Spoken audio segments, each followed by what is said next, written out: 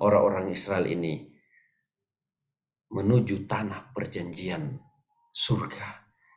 Dan inilah nyanyian kelepasan, kemerdekaan, ya. Ketika kita telah melewati berbagai pengalaman dan kesulitan, karena kita tidak mau menerima tanda binatang itu, tidak mau menyembah patung naga itu. Dan orang yang telah bertahan menang, maka mereka akan menyanyi nyanyian kemerdekaan, nyanyian Musa ini, ya, memuji Tuhan, nyanyian kemenangan. Dan itulah lagu Musa, ya, sebagaimana orang Israel dipimpin terus sampai masuk ke tanah perjanjian. Begitu juga saudara dan saya, umat-umat Allah akan dipimpin Tuhan menuju kepada kerajaan surga, ya.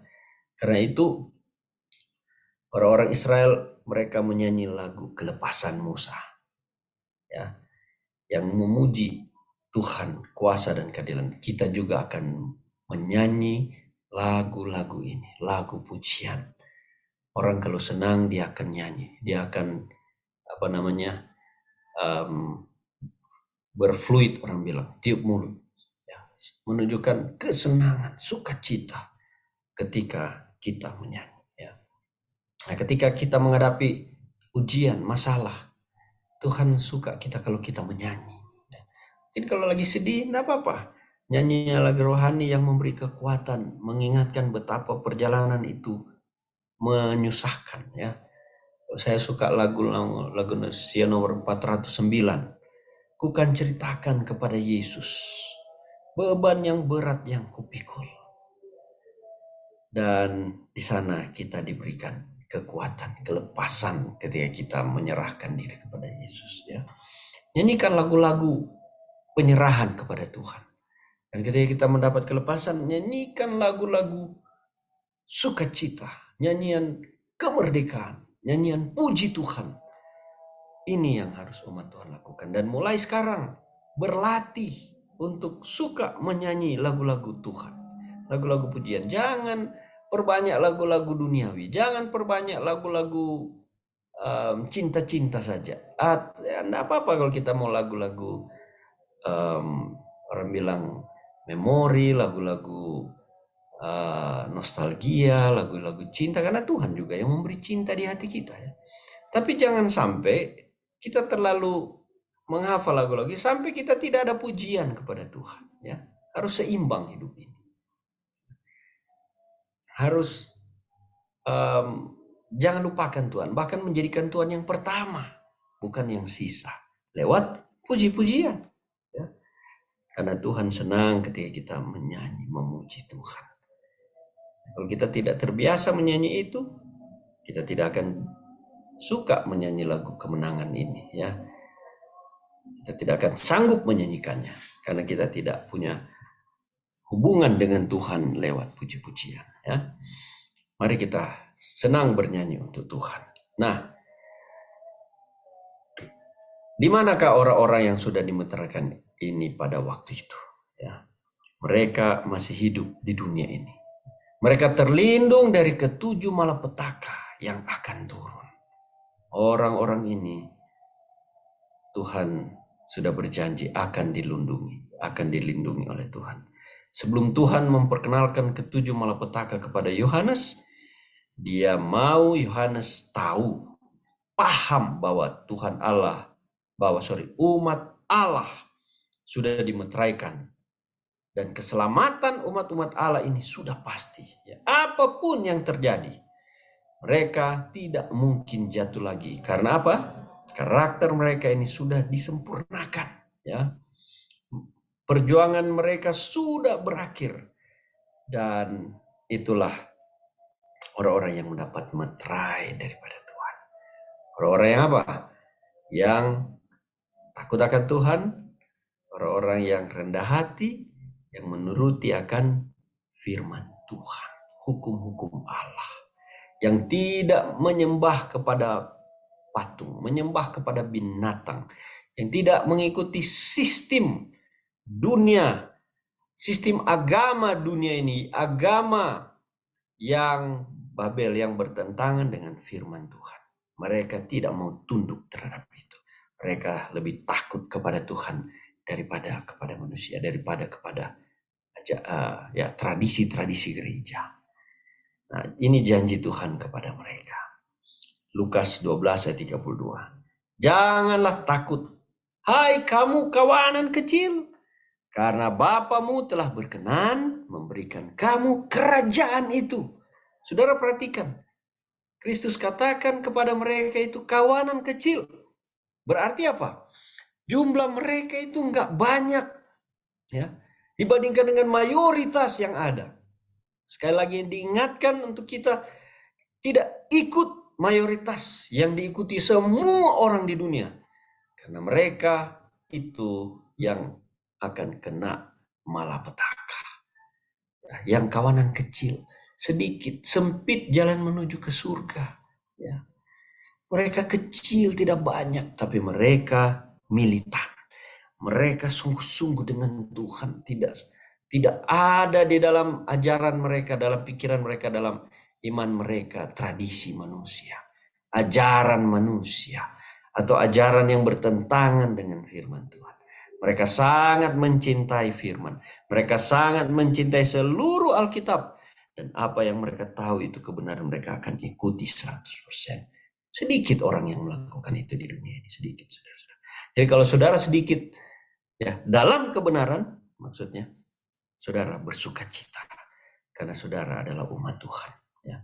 Tidak ikut mayoritas. Tidak ikut yang banyak itu. Ya. Karena kebenaran tidak berdasarkan mayoritas, tapi berdasarkan apa yang tertulis dalam firman Tuhan. Nah, Wahyu 15 ayat yang kelima. Selanjutnya firman Tuhan berkata, kemudian daripada itu, aku melihat orang membuka bait suci, kemah kesaksian di sorga. Ayat 6, dan ketujuh malaikat dengan ketujuh malapetaka itu keluar dari bait suci, berpakaian lenan yang putih bersih, dan berkilau-kilauan, dan dadanya berkilatan ikat pinggang dari emas. 7, dan satu dari keempat makhluk itu memberikan kepada ketujuh malaikat itu 7 cawan dari emas yang penuh berisi murka Allah, yaitu Allah yang hidup sampai selama-lamanya. Dan yang ke-8, bait suci, dan bait suci itu dipenuhi asap karena kemuliaan Allah dan karena kuasanya, dan seorang pun tidak dapat memasuki bait suci itu sebelum berakhir ketujuh malapetaka dari ketujuh malaikat itu. Jadi sekarang penglihatan Yohanes itu beralih ke bait suci di surga, ya. Dan dia melihat ada ketujuh malaikat itu keluar dari sana, dan mereka masing-masing menerima 1 cawan emas yang penuh berisi murka Allah. Ya. Jadi dikatakan di sini, dan seorang pun tidak dapat memasuki bait suci itu sebelum berakhir ketujuh malapetaka dari ketujuh malaikat itu. Berarti setelah malaikat itu keluar, imam besar sudah menyelesaikan pekerjaannya. Tidak ada lagi pelayanan imam besar untuk pengampunan dosa. Ya. Masa pengampunan bagi semua umat manusia sudah selesai. Pintu kasihan sudah ditutup. Tidak ada lagi yang boleh masuk. Pekerjaan Kristus sebagai perantara sudah selesai. Pemeriksaan atas setiap manusia sudah selesai. Yang dosanya sudah diampuni, catatannya dihapuskan. Yang dosanya belum diampuni, sudah tidak bakal diampuni selamanya. Jadi sekarang saudara-saudara, kalau mau bertobat, jangan tunggu-tunggu besok, ya. Kalau kita punya nasib sudah berakhir, malam ini besok tidak ada lagi pertobatan. Dan di saat itu yang masih hidup, tidak ada lagi pertobatan. Kalau dia mengeraskan hati sampai saat itu, tidak mau bertobat, jangan sampai terlambat. Nasib setiap manusia, baik yang sudah mati maupun yang masih hidup, sudah ditentukan. Tidak ada yang lagi yang bisa berubah. Ya. Setiap manusia sekarang harus berdiri di hadapan Allah tanpa perlindungan seorang perantara lagi. Yang sudah dibenarkan akan tetap tinggal benar. Dan mereka tinggal menunggu menikmati hak waris mereka atas kerajaan Allah. Jadi pintu sudah tertutup. Yang belum dibenarkan sudah habis kesempatan untuk bertobat. Pintu kasihan, pintu kasih karunia telah ditutup. Mereka sudah tidak akan bisa dibenarkan lagi. Mereka juga tinggal menunggu hukuman yang mereka terima, ya. Dan pada saat itulah berlakulah ayat Wahyu pasal 22 ayat 11, ya. Barang siapa yang berbuat jahat, biarlah ia terus berbuat jahat. Barang siapa yang cemar, biarlah ia terus cemar. Dan barang siapa yang benar, biarlah ia terus berbuat kebenaran. Barang siapa yang kudus, biarlah ia terus menguduskan dirinya. Saudara yang saya kasih di dalam Yesus, inilah teguran, amaran dari Tuhan, ya, bahwa ketujuh malapetaka itu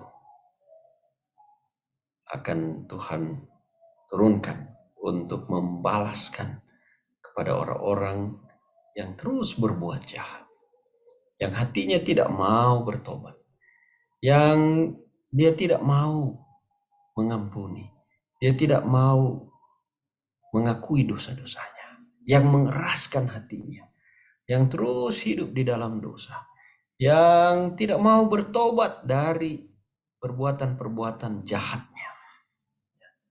Roh Kudus sudah datang kepada orang itu, menegur dia dari dosa, ya, memberi dia mungkin mimpi, penglihatan, ya. Hati nuraninya sudah bergumul, ya, tapi dia keraskan terus hatinya. Dan tibalah saatnya ketika pintu kasihan sudah ditutup dan dia tidak bertobat, maka ayat ini katakan orang itu terus berbuat jahat, berbuat cemar, dan dia akan menerima 7 malapetaka. Hukuman Allah sebelum dia dibinasakan. Dia harus mengalami 7 kutuk ini. Inilah amaran Tuhan yang besar kepada kita saat ini, saudara-saudara. Mari kita bertobat.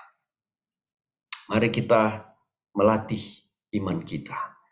Mari kita untuk terus berbuat benar.